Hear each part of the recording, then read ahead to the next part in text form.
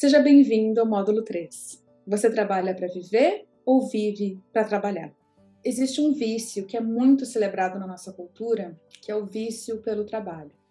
Você já ouviu falar em workaholismo ou adição ao trabalho? Alguns de nós, eu incluída, temos uma relação com o trabalho que é compulsiva. A gente não trabalha simplesmente para pagar as contas ou porque a gente gosta de trabalhar. A gente trabalha porque a gente precisa preencher algum vazio que a gente tem dentro da gente e que a realização do trabalho preenche esse vazio. É muito importante que a gente fale sobre isso, porque o vício pelo trabalho está muito ligado ao estresse crônico e à síndrome de burnout. Pessoas que desenvolvem o vício pelo trabalho têm uma propensão muito maior a desenvolver o burnout. E aí eu quero que a gente pare e pense que o vício pelo trabalho, o workaholismo, ele não só é uma questão individual, mas ele também é uma questão cultural e social. A nossa cultura de trabalho hoje, ela celebra pessoas que não param de trabalhar. A gente tem um mito das pessoas que trabalham muito, a gente tem frases motivacionais dizendo que a gente tem que trabalhar enquanto eles dormem, a gente tem toda uma narrativa construída para que a gente honre e admire pessoas que trabalham demais, muito mais do que pessoas que respeitam seus limites, que saem no horário e que dizem que não. Então o que acaba acontecendo é que muitas vezes quando a gente entra numa empresa, algumas pessoas que estão em posições de liderança são pessoas que chegaram lá porque não conseguiam parar de trabalhar. Durante um certo tempo, esse vício gera muitas recompensas. Ele gera uma recompensa do mercado, que sempre vai gostar de pessoas que trabalhem muito, e principalmente quando essas pessoas são capazes e são competentes, e entregam muito. Isso acaba fazendo com que essas pessoas sejam recompensadas, elas ganham aumento, elas ganham promoção, elas ganham concorrência com outras pessoas que estabelecem limites. E, eventualmente, essas pessoas gerem outras pessoas. E, às vezes, essas que estão abaixo desses líderes, que são viciadas em trabalho, não necessariamente tinham esse vício, mas acaba se criando uma cultura de vício no trabalho dentro de uma organização. Dentro da minha primeira experiência com burnout, eu trabalhava numa empresa que pregava uma cultura de vício ao trabalho, que tinha, entre outras práticas, aquela de fazer piada com quem saísse às 6 da tarde. Ah, vai pegar sol, tá de férias, já terminou tudo. E também condenava pessoas que dissessem, eu não vou fazer isso, eu não vou trabalhar fim de semana, eu não atendo o telefone depois de tal hora. Essas pessoas, elas eram rejeitadas em promoções, elas tinham menos oportunidades e elas eram vistas como pessoas que não vestiam a camiseta da empresa. O que acontece é que eu e inúmeras outras pessoas saíram dessa empresa doentes. E muitas outras ainda vão adoecer em vários outros ambientes até que essa cultura que prega o vício ao trabalho seja repensada. Eu quero que a gente pare aqui um pouquinho para refletir sobre qual o significado que o trabalho tem na tua vida. Ele é uma fonte de satisfação ou ele é a fonte de satisfação? O quanto que o teu trabalho é a tua identidade? O quanto que quando alguém pergunta quem você é, você primeiro responde com o que você faz? A gente não se vicia no trabalho porque a gente é fraco, porque a gente é incompetente. A gente se vicia no trabalho porque existem evidências da nossa volta que mostram que isso é positivo. Então, um dos resultados desse curso, eu espero que seja que tu reflita um pouco mais sobre quem tu é, o que tu tem a oferecer e como que tu consegue não entrar nesse jogo do vício ao trabalho.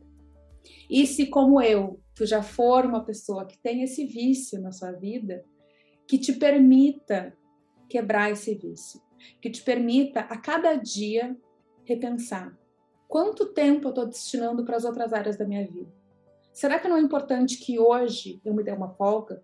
Será que eu realmente preciso trabalhar esse fim de semana? Quando foi a última vez que eu me dei férias e eu não me senti culpado por tirar férias? Todas essas questões, elas são muito importantes quando a gente fala de burnout. Porque todas essas questões, elas estão muito presentes em quem está esgotado. A gente não se permite descansar, a gente não se permite parar. A gente olha para o trabalho como uma parte da nossa vida que ninguém pode tirar. E aí, muitas pessoas que passam pelo burnout, quando param de trabalhar, se sentem completamente desnorteadas, porque o trabalho era tudo que elas tinham. Às vezes, e eu também já tive essa experiência, a gente coloca o trabalho na frente de outras relações humanas.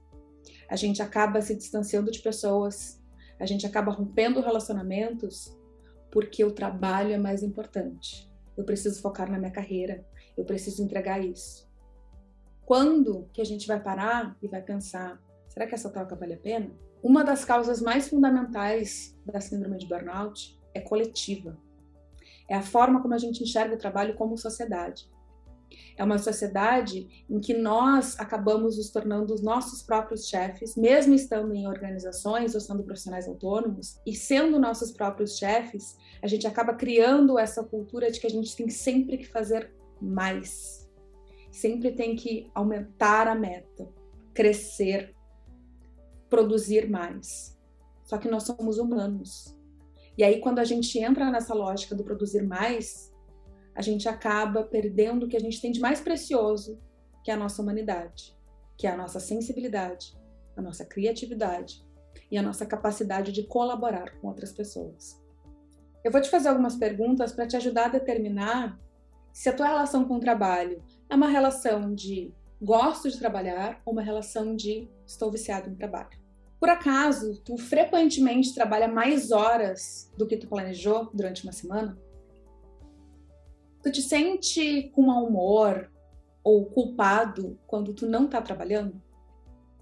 No momento em que tu não tá trabalhando, tu passa muito tempo conectado no teu telefone, checando e-mails e pensando no trabalho? Acontece de frequentemente tu planejar reduzir as horas de trabalho e tu acaba trabalhando igual? Já aconteceu do trabalho afetar negativamente algum relacionamento teu? Seja de amigos, família ou relacionamento íntimo? Com que frequência o trabalho prejudica a tua rotina de sono? De vez em quando? Muito? Quase sempre? Em algum momento, o trabalho interferiu na tua saúde negativamente? Acontece de tu evitar tirar dias de folga, bancos de hora ou licença médica para que tu possa trabalhar mais? Esconde das pessoas que te amam o quanto tu trabalha? Tu tem sentido que tu tá trabalhando muito além do que tu precisava? Se a maior parte das respostas a essa pergunta foi positiva, isso significa que tu tem uma tendência bem significativa de estar desenvolvendo ou de já ter um vício pelo trabalho. Para conseguir endereçar isso, obviamente, um profissional de saúde qualificado pode te ajudar, terapia pode te ajudar para proporcionar uma reflexão sobre por que o trabalho tem esse papel na tua vida, por que tu te entrega tanto, e conseguir estabelecer formas de que tu consiga olhar para o trabalho de uma forma mais saudável. Mas principalmente, parar um pouquinho e te dar conta que o trabalho é bom. Tu pode gostar do que faz, mas ele não precisa ser toda a tua vida. Existem outras áreas que pedem que a gente esteja presente. E quando a gente está presente em outras áreas também, e eu uso esse discurso para mim porque eu sou meio viciada em trabalho também, essas outras áreas, quando a gente investe nessas outras áreas, até o trabalho ganha. Quando a gente consegue diversificar mais a nossa vida, todas as áreas ganham. A gente não pode só olhar para o trabalho. Tem um livro que o título é O Trabalho Não Vai Te Amar de Volta. E isso é um ponto muito importante da gente pensar. A gente coloca muita energia em algo que não necessariamente vai ser retribuído. E aí, quando algo não chegar, quando algo não atender às nossas expectativas, quando a gente não bater a meta, quando a gente não for promovido, quando a gente não gerar o nível de receita que a gente achou que geraria, isso vai ser uma decepção muito grande. E quem vai estar para juntar os nossos pedaços são as pessoas de quem a gente deixou de dar atenção. Um outro exercício que eu quero propor para ti, para a gente encerrar esse módulo, é fazer 4 quadrantes. No primeiro quadrante, trabalho. No segundo, diversão. No terceiro, família. E no quarto, você mesmo. Eu quero que tu coloque, chegando no total de 100%, Quanto por cento do teu tempo e da tua energia tu está dedicando para cada uma dessas áreas hoje? De verdade, não minta. A partir do momento que tu olhou para a proporção de cada uma dessas áreas na tua vida, eu quero te propor a refletir. Quanto por cento que daqui para frente tu quer investir em cada uma das áreas da tua vida? Então, no mesmo quadrante, coloca uma nova porcentagem, que é a tua intenção daqui para frente. Obrigada e até o próximo módulo.